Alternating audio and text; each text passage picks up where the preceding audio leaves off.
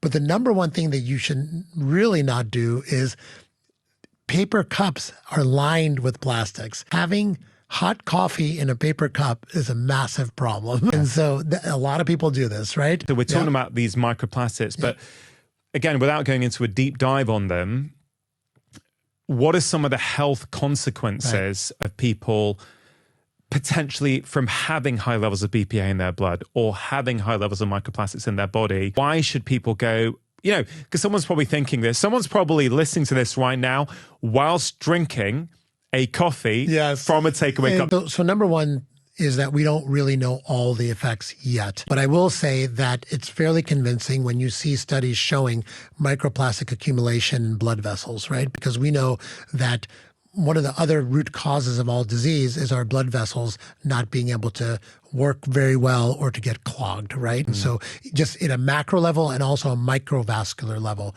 which we're going all the way back to Alzheimer's, they did a study on brains of people who had expired, right? So people with Alzheimer's and strokes, people that were at risk for Alzheimer's and strokes, and then people just completely normal. The people that had strokes and Alzheimer's disease, they had 50 times the amount of plastic as the ones that had no risk, okay? And so there's definitely a lot of correlation between this plastic accumulation in our brains and also in every organ in our body and disease. So, I think it's important that the Pareto principle applies here really, really well. There's 20% of the actions that you can do to detoxify 80% of your life. And if you just do a few simple actions, you can stay healthier a lot longer by avoiding these toxins.